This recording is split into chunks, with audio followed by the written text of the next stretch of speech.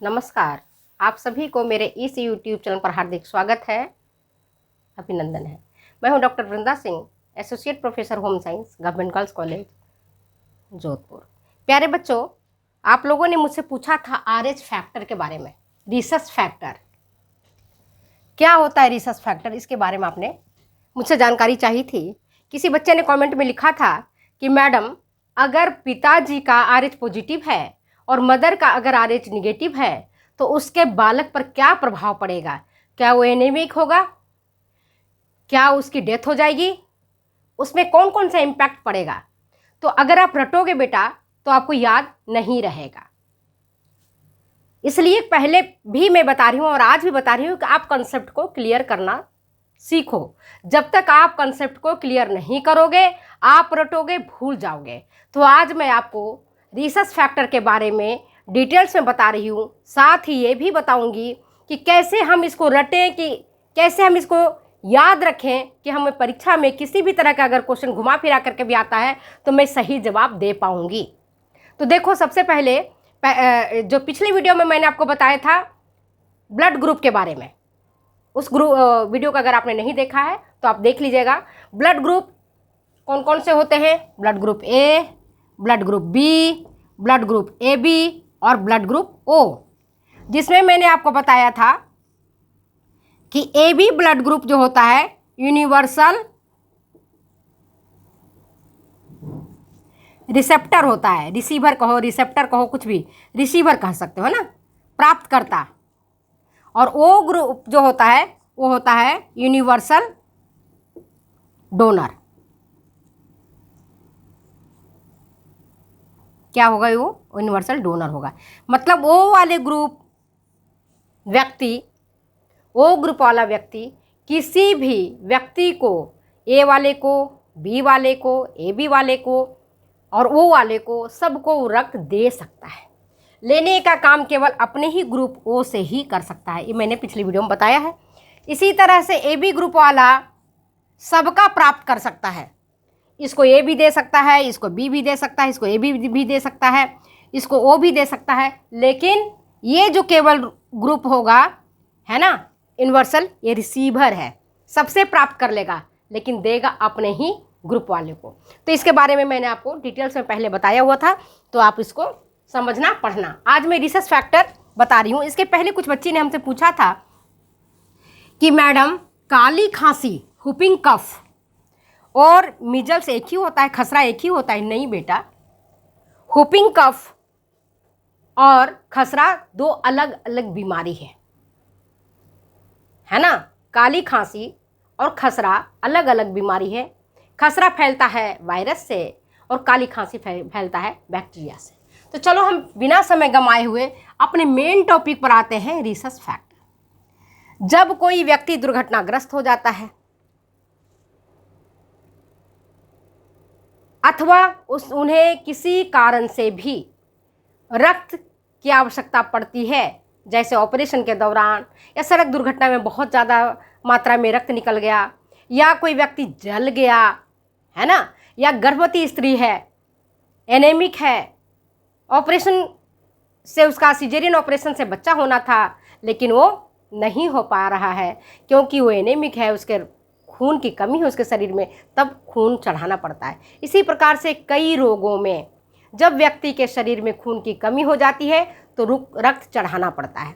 तो रक्त चढ़ाने के लिए, जो मैंने पिछले वीडियो में आपको बताया था, रक्तांतरण, रक्त किस प्रकार से, कौन से ग्रुप को क्यों चढ़ाया जाता है और किस तरह से चढ़ाया जाता है, इसके बारे में पिछले वीडियो में मैंने आपको डिटेल बताई है। तो अगर आपने उस वीडियो को नहीं देखा है तो पहले उन वीडियो को पहले ध्यान से देखना, फिर आगे की बात आपको समझ में आ जाएगी। तो रक्त को जब हम एक व्यक्ति को देते हैं, किसी व्यक्ति को रक्त देते हैं, तो उसके लिए ये देखना पड़ता है कि रक्त का थक्का जमने नहीं पाए, रक्त का थक्का नहीं जमने पाए। इसके लिए रक्त की मैचिंग करना पड़ता है, जो डॉक्टर साहब करते हैं।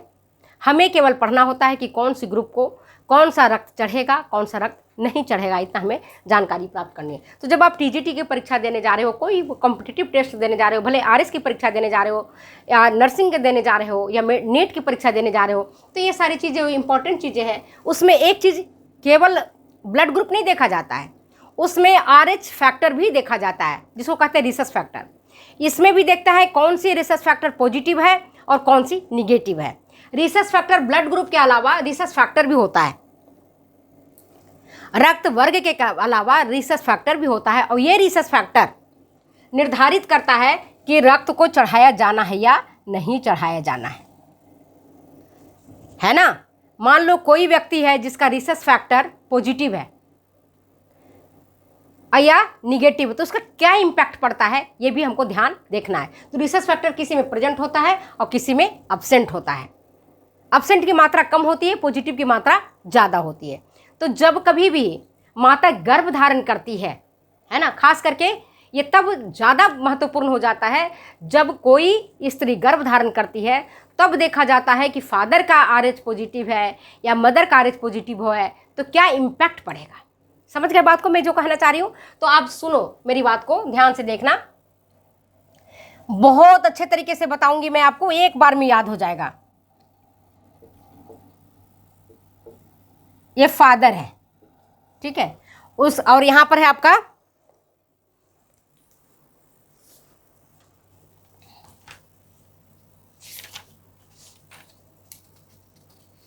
Rhesus factor.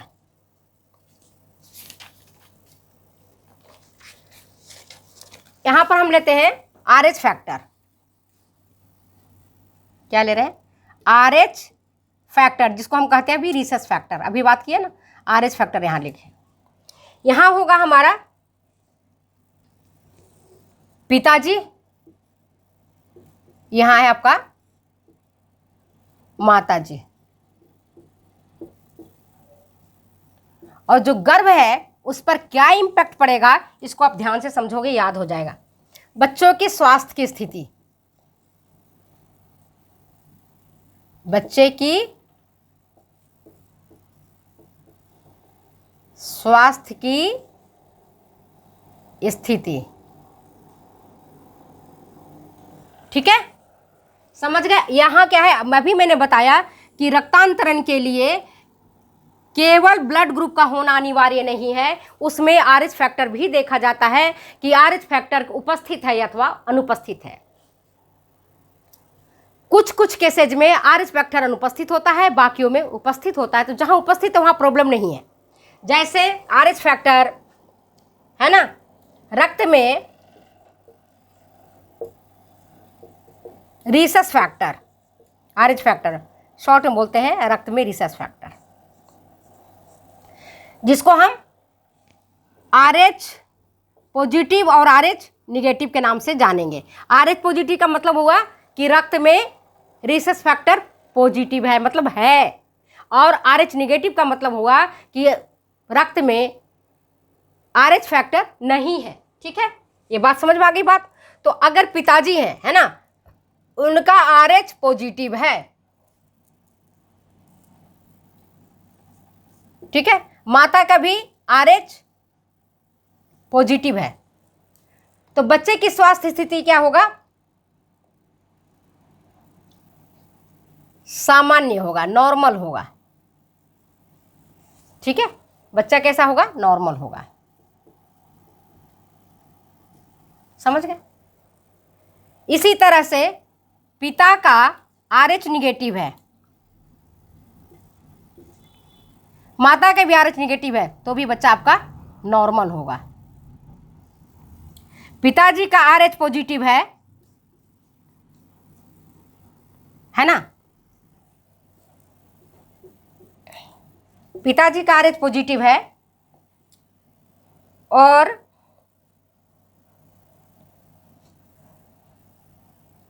माता का RH निगेटिव है, तब ये वाली स्थिति खतरनाक हो सकती है। अभी डिटेल से बताएंगे। इसी प्रकार से पिता का अगर RH निगेटिव है, माता का RH पॉजिटिव है, इस स्थिति में भी बालक आपका नॉर्मल होगा। बालक के स्वास्थ्य की स्थिति ज़्यादा नॉर्मल होगा। अब हम इसको हम इस तरह से एक्सप्लेन करते हैं, ऐसे समझो रिसस फैक्टर को कि रक्त में रक्तांतरण के दौरान या जब प्रेगनेंसी होती है उस दौरान मदर और फादर के रिसस फैक्टर को देखा जाता है। कैसे हम याद करेंगे? याद करने के भी ट्रिक बता रही हूँ रिसस फैक्टर को कि पॉजिटिव मतलब होता है धनवान, बोलते हैं ना, धनायन, धनवान। तो अगर माता भी धनवान है, पिता भी धनवान है, दोनों खूब पैसे वाले हैं, मतलब इनके पास भी RH पॉजिटिव, इनके पास भी RH पॉजिटिव है, माता भी पैसा वाली है, पिताजी भी पैसे वाले, धनवान से याद रख लेना। जब मदर भी पैसा वाला है, पिताजी पैसे वाले हैं, तो बच्चा कैसा होगा? पैसा वाला होगा। होगा कि नहीं होगा? सामान्य स्थिति होगी स्वास्थ्य की, स्वास्थ्य की स्थिति क्या होगी? सामान्य होगी। ठीक है।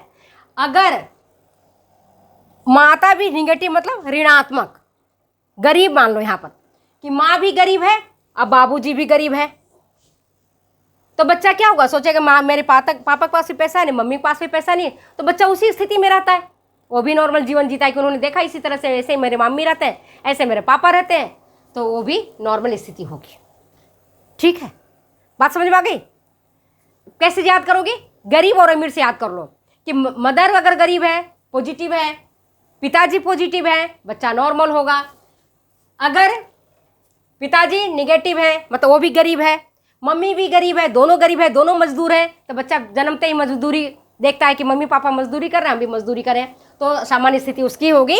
स्वास्थ्य की कैसी होगी बताओ आप? कैसी होगी? नॉर्मल होगी ना? याद हो गया। अब यहाँ देखते हैं कि अगर पिताजी उसके पैसे वाले हैं, लड़की बिना पैसे वाली गरीब है। अब देखो परमात्मा भी कैसा है, नहीं मिलाता है कि लड़का अगर पैसा वाला है, लड़की गरीब है, तो बच्चे की स्वास्थ्य स्थिति खतरनाक होगी कि जब गर्भाधान के पश्चात माँ का ब्लड है ना, पिता की ओर से तो आया है RH पॉजिटिव, अब मदर की ओर से आया है RH निगेटिव, तो क्या कर देगा? हीमोलाइसिस वाली स्थिति हो जाएगी। क्या होगा? हीमोलाइसिस हो जाएगी, मतलब खून मरने लगेगा, हीमोलाइसिस वाली स्थिति हो जाएगी और बच्चा का स्वास्थ्य स्थिति खतरनाक हो जाएगा, एबॉर्शन हो जाएगा, बहुत हद तक एबॉर्शन हो जाएगा। क्यों? क्योंकि देखो ऐसे याद करो कि बाप है पैसा वाला, माँ है गरीब, तो उसको क्या करते? सब टॉर्चर करते हैं, अरे तू तो कंगला घर की है, अरे तू तो गरीब घर की है, तुमने तो देखा ही नहीं है, तुमने तो खाया ही नहीं है। तो यहाँ पेट में भी वही हलचल मच रहा है। पिताजी उसके पॉजिटिव है, मदर उसकी निगेटिव है, बच्चे की स्वास्थ्य स्थिति बहुत से बहुत खराब होगी, है ना, बहुत ज़्यादा खराब हो जाती है, एबॉर्शन हो जाता है। अगर मदर की RH निगेटिव है तो पिताजी का निगेटिव है, मदर का निगेटिव है, कोई फर्क नहीं पड़ेगा। लेकिन अगर मदर का निगेटिव है, पिताजी पॉजिटिव वाले हैं, स्वास्थ्य स्थिति खराब होगी। ऐसी स्थिति में बच्चा पेट में ही मर जाएगा, उसका बढ़वार नहीं होगा, परमात्मा ही नहीं बढ़ने देंगे, सोचेंगे कि बढ़ के भी क्या करेगी, इसका तो स्थिति ठीक रहेगा नहीं, आगे चल करके माँ गरीब बाप अमीर, है ना। ऐसे याद करने की दृष्टि से बता रहे हैं आपको, याद करने की दृष्टि से याद रखना। पिताजी कैसे हैं? RH पॉजिटिव, मदर निगेटिव, बच्चा की स्वास्थ्य स्थिति खराब होगा और सीवियर रक्त अल्पता से पीड़ित रहेगा। तो आजकल डॉक्टर साहब इसका भी तोड़ निकाल रहे हैं कि अगर पिताजी पैसे वाले हैं, है ना, और माता अगर गरीब है, तो क्या करते हैं वो लोग? गर्भ में बच्चा रहे पले, इसके लिए उसको महंगी सुई दिलाई जाती है, हर 15 दिन में, हर 1 महीना में। ऐसी केस हमारे साथ भी एक घटी थी, हमारे कलीग्स थे एक, है ना, उनके हस्बैंड का तो पॉजिटिव था और मैडम का स्वयं निगेटिव था। तो उनको मैं देखती थी, उनकी स्वास्थ्य स्थिति बहुत खराब रहता था और हमेशा उनको एक इंजेक्शन, उस जमाने में आज से 10 साल 12 साल पहले उनको 2-2 हज़ार रुपये का इंजेक्शन उनको महीने में या 2 महीने में उनको लेना पड़ता था, ताकि बच्चे के स्वास्थ्य पर कोई प्रतिकूल प्रभाव नहीं पड़े। आजकल टेक्नोलॉजी बहुत हाई हो गया है, मेडिकल एडवांसमेंट हो गया है, तब उनको दवाइयाँ, महंगी दवाइयों के माध्यम से अच्छा पोषण दे करके और अच्छा इंजेक्शन्स वगैरह दे करके उनके बच्चे के स्वास्थ्य स्थिति को पेट में सुधारा गया और फिर उन्होंने एक स्वस्थ बच्ची को जन्म दिया। लेकिन यहाँ पर अगर पिताजी का RH निगेटिव है, मदर का पॉजिटिव है, तो बच्चा जो होगा वो नॉर्मल होगा। तो 3 चीज़ में नॉर्मल होगा, एक ही में एबनॉर्मल होगा। तो याद हो गया, RH निगेटिव जहां RH निगेटिव मदर की होती है वहीं पर एबनॉर्मलिटी आएगी, वहीं पर बच्चे की स्वास्थ्य स्थिति खराब से खराब होगा। और आज पैसे का ज़माना है, तो जिसके पास पैसा है वो इस स्थिति को भी संभाल लेता है, उनको ज़रूरत नहीं पड़ती है। समझ गए बात को? तो आज मैंने आपको रीसस फैक्टर के बारे में बताया है। रीसस फैक्टर, जब हम रक्तांतरण करते हैं तो ब्लड ग्रुप के अलावा भी एक फैक्टर देखी जाती है, रीसस फैक्टर। इसकी भी मिलान करना पड़ता है। अगर रीसस फैक्टर की मिलान नहीं होती है तो रक्तांतरण नहीं किया जाता है, क्योंकि ऐसी स्थिति में क्या होगा कि वो हिमोलाइसिस हो जाएगी, ब्लड जम जाएगा, ब्लड क्लॉटिंग हो जाएगा, और फिर जो हम लोगों की जान बचाना चाह रहे हैं वहाँ पर जान नहीं बच पाएगी। तो इस स्थिति में RH फैक्टर की स्थिति में हम देखते हैं RH पॉजिटिव अगर दोनों का है, मदर फादर दोनों का है, बच्चा सामान्य स्थिति को उत्पन्न होगा। मदर भी नॉर्मल है, मदर भी गरीब है, पापा भी गरीब है, दोनों के ऋणात्मक है, बच्चा नॉर्मल होगा। पापा का अगर ऋणात्मक है, मदर का धनात्मक है, क्योंकि माँ अगर धनवान रहेगी, गरीब लड़के से शादी कर लेती है तो भी संभाल लेती है कि भाई ठीक है कोई बात नहीं, मैं तो धनवान हूँ ना, मैं तो पालन पोषण करूंगी, तो उसका बच्चा क्या होगा, नॉर्मल होगा। यहाँ घबराहट यहाँ हो जाती है ना, कि पिता अगर धनवान है और लड़की गरीब है, तब यहाँ पर बच्चे की स्थिति खराब हो जाएगा। ठीक है, तो आज मैंने आपको रीसस फैक्टर के बारे में डिटेल्स बताई है। तो अगर ये वीडियो अच्छी लगती है तो प्लीज़ शेयर करें, कमेंट करें, सब्सक्राइब करें। फिर मिलते हैं हम अगले वीडियो में अलग बातों को बताते हुए। ठीक है, बाय बाय।